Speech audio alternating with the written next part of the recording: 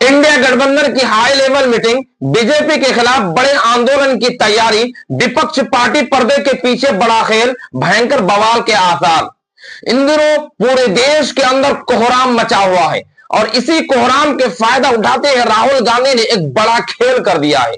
और बड़ा खेल यह किया है कि पूरी विपक्ष पार्टी की एकजुटता के साथ हाई लेवल की मीटिंग बुला ली है। और यह हाई लेवल की मीटिंग सिर्फ किसी राज्य के नेताओं के साथ नहीं, बल्कि सिर्फ कांग्रेस नेताओं के साथ नहीं, बल्कि कहिए तो पूरी देश के अलग अलग राज्यों से विपक्ष पार्टी के तमाम नेताओं के साथ एक बैठक बुलाई है। और यह बैठक इंडिया गठबंधन की है। मानसून सत्र से पहले है। यह खबरें के अंदर की खबर यह है कि आपको खबरें मालूम होगा कि इंडिया गठबंधन एक मीटिंग बुला रहे हैं जो बीजेपी को और सत्ताधारी पार्टी को मानसून सत्र में घेरने की कोशिश है। लेकिन अंदर की खबर यह है कि ये सिर्फ घेरने की कोशिश नहीं है, बल्कि चुनाव आयोग के खिलाफ, चुनाव आयोग जिस तरह से भारतीय जनता पार्टी के साथ मिल करके काम कर रही है, और चुनाव आयोग बीजेपी है और बीजेपी का चुनाव आयोग है, ऐसा राहुल गांधी का आरोप है। और इसी आरोप के तहत जिस तरह से उन्होंने सीधा तौर पर हमला करते हुए उड़ीसा में कहा, और उड़ीसा में यह तक कह डाला कि यहां 40,000 महिलाएं गुम है, इनका सरकार को भनक तक नहीं है।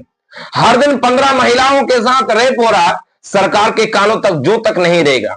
और सरकार संविधान को ताक में रखते हुए जिस तरह से डिसीजन ले रहे हैं, ये डिसीजन कहीं ना कहीं नाराजगी है और देश के लिए खतरा है।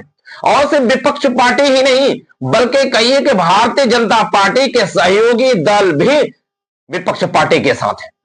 वो है चंद्रबाबू नायडू। उन्होंने भी अपना नाराजगी जता दी है। उन्होंने भी अपने मोर्चा खोल दिया है कि बिहार में जो कुछ हो रहा है आंध्र प्रदेश में नहीं होना चाहिए। चुनाव आयोग को सीधा चिट्ठी लिख दिया। तो ऐसे में माना जा रहा है कि राहुल गांधी पूरा विपक्षों को साथ में करके एक तरह से पूरा आंदोलन खोल दिया और मोर्चा खोल दिया।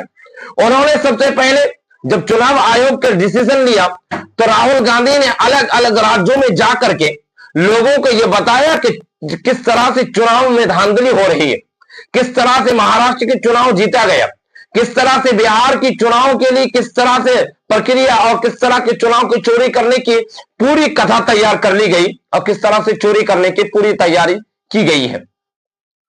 उनके बाद उन्होंने बिहार में एक बड़ा सा धरना प्रदर्शन किया और धरना प्रदर्शन के बाद सीधा उड़ीसा पहुंचते हैं और उड़ीसा में कांग्रेस पार्टी का बैठक के साथ फिर चुनाव आयोग, भारतीय जनता पार्टी और भारतीय जनता पार्टी का डबल इंजन की सरकार, अडानी, अंबानी, आरएसएस सब पर हमलावर है, सब पर तीखे तेवर की तरह, फायर ब्रांड नेता की तरह पूरा बोल रहे हैं।